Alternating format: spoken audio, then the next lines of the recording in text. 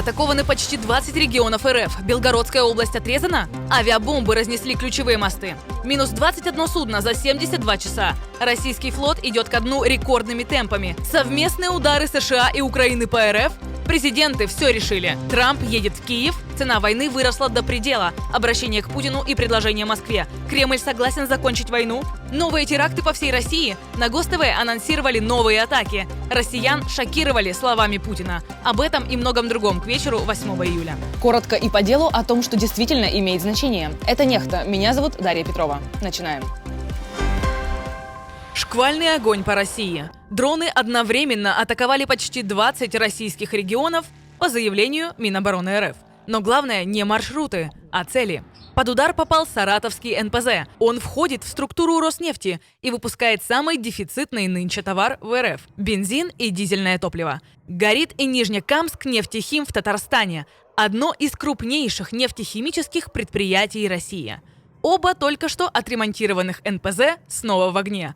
Пожары видны за десятки километров. Видимо, придется снова закрывать и ремонтировать, а бензина в России станет еще меньше. Также поражен военный аэродром Борисоглебск в Воронежской области, где базируются сушки и другая авиация. Неспокойно и на море. Минус 21 судно за 72 часа. За ночь птицы СБС обновили статистику. 9 судов теневого флота в Азовском море попали в прицел дроноводов Мадяра. А чувство приближающейся Гойды накрыло тыловую Сибирь. В Кемерово на всякий случай ограничили въезд грузовиков из-за угрозы беспилотных атак. Теперь фуры будут досматривать на въезде в город. А поручили это современной элите, ветеранам так называемой СВО. Память об операции «Паутина» не отпускает? Или как? Белгородскую область отрезают. За сутки ВСУ уничтожили 4 моста в Валуйском районе авиабомбами. Причем один из них российская армия использовала для снабжения группировки на Купянском направлении. Об этом пишут сами зетники. Вслед за Белгородом, который накануне остался без света, воды и газа, ВСУ применили дроновые санкции к Краснодарскому краю. После удара по ключевой компрессорной станции региона остановлена перекачка газа по Голубому потоку, стратегическому газопроводу между Россией и Турцией. Украина методично повышает цену войны для Москвы. Но избежать коллапса еще можно. Киев отправил Путину реалистичное предложение, но Кремль должен признать, что не достигнет своих целей на поле боя. Рецепт прекращения этой войны заключается в повышении цены агрессии для России за счет ужесточения санкций, использования замороженных активов и международной изоляции.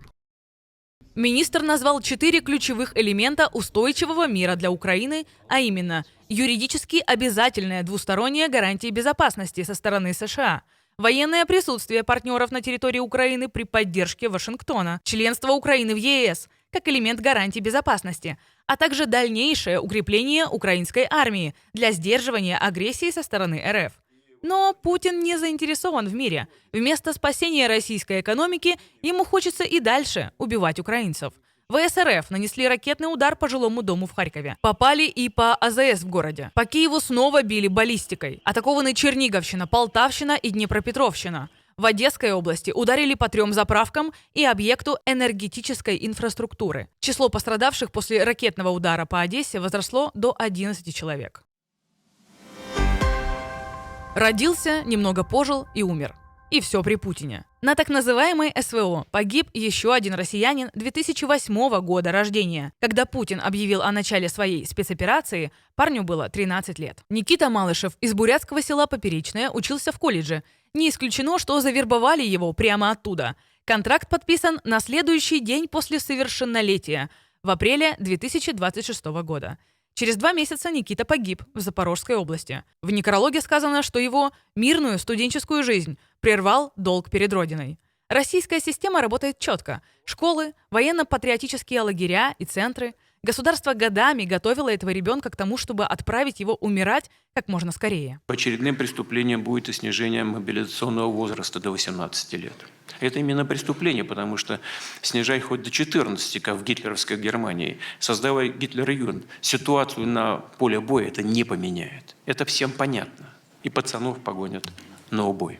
Так Путин рассуждал в конце 2024-го. Видимо, за 1,5 года ситуация кардинально изменилась. К середине июня как минимум 200 российских военнослужащих в возрасте 18 лет погибли в Украине с начала полномасштабного вторжения, подсчитали русская служба BBC и Медиазона. Трамп непредсказуем, и это уже стало константой европейской дипломатии. Резкого усиления давления на Москву или возобновления масштабных поставок оружия никто не ждет. При этом Украина сейчас в более сильной позиции, чем когда-либо. Производство дронов, боевой опыт, удары по российской нефтяной инфраструктуре – все это создало реальные рычаги влияния. И не зря. Президент США, как известно, предпочитает занимать сторону сильного в споре. На встрече с Зеленским на полях саммита Дональд Трамп поддержал удары по российским НПЗ. По его словам, это именно та эскалация, которая приближает конец войны. А госсекретарь добавил, что США помогут в ударах по РФ, что бы это ни значило. Россиянам становится все труднее защищать свое воздушное пространство. И мы надеемся, что это создаст условия для переговоров о прекращении этой войны. Также американский президент заявил, что предоставит Украине право на производство ракет для Патриот. А значит, скоро Киеву не придется на 100% зависеть от поставок партнеров. Может, тогда защищенную от баллистики украинскую столицу наконец-то изъявят желание посетить американские переговорщики или даже сам Трамп. Приеду ли я в Украину? Приедете? Я бы предпочел сделать это после войны. По итогам встречи Трамп позвонит Путину. О чем расскажет? Ваши варианты? Может, кто на самом деле контролирует Купянск? Или Константиновку? Тем временем американский сенатор Линдси Грэм заявил, что Киев превзошел все ожидания в борьбе за освобождение своей страны. Этими словами политик начал свой пост в соцсети X, где вновь напомнил о своем костоломном санкционном законопроекте. Документ Грэма и Блюменталя неофициально называют экономической противобункерной бомбой. Бьет не по России напрямую, а по ее торговым партнерам. Трамп давно дал проекту зеленый свет. И если Москва не пойдет на уступки, козырь будет разыгран.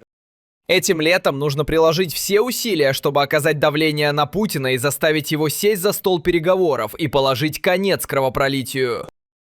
А президент США, судя по всему, изучает войну по фото и видео. Хотя и против своей воли. Накануне он сам признался, глава Пентагона Хексет постоянно присылает ему снимки с украинского фронта. Я видел поля сражений, мне присылают фотографии.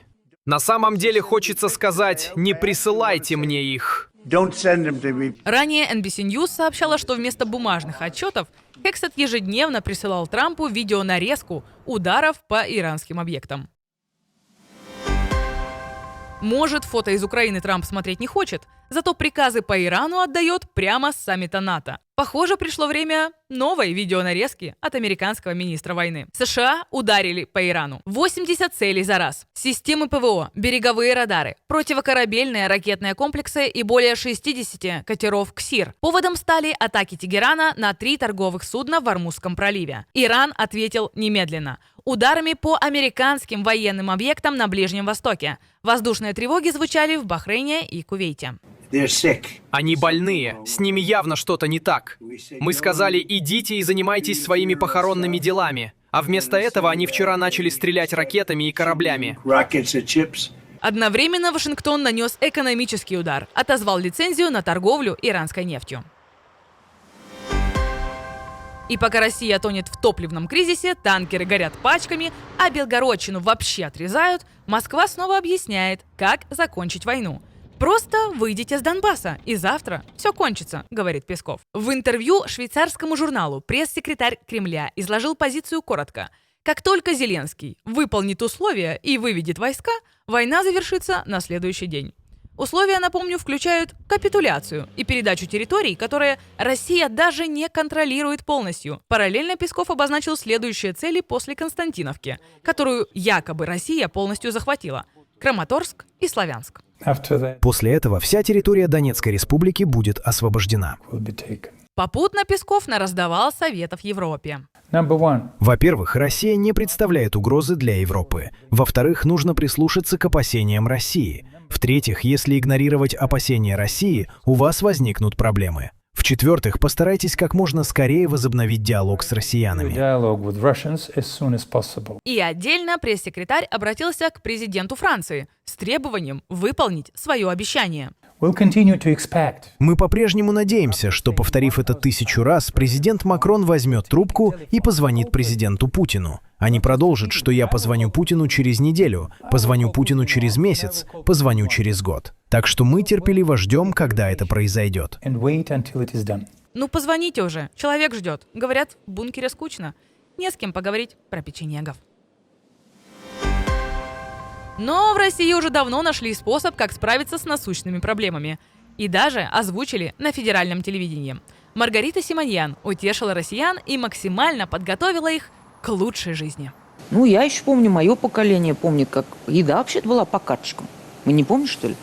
В моем городе, в Краснодаре, в 92-м году купоны были, мы их вырезали. А я лично ходила с ведрами в возрасте там 11-12 и до этого еще лет за водой. Не за Кока-Колой, не за чем-то, а за водой, потому что не было воды. Ну, было же это, мы же все это помним, не придумываем. Ну, ничего, выдержали. И сейчас выдержим.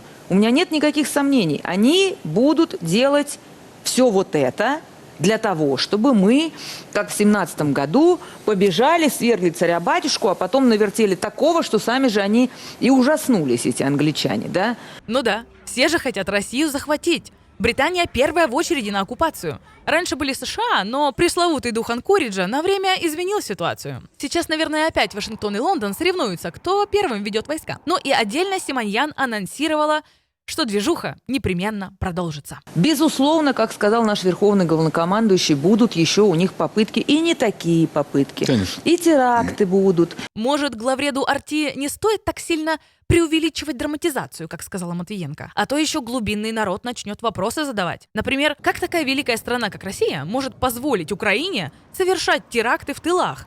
Или почему в стране бензоколонки нет бензина? На эти вопросы даже в Кремле не знают ответов. Но, может, их знают наши зрители. Напишите их в комментариях. А на этом все. Подписывайтесь на канал, чтобы не пропустить ничего важного. И увидимся уже утром.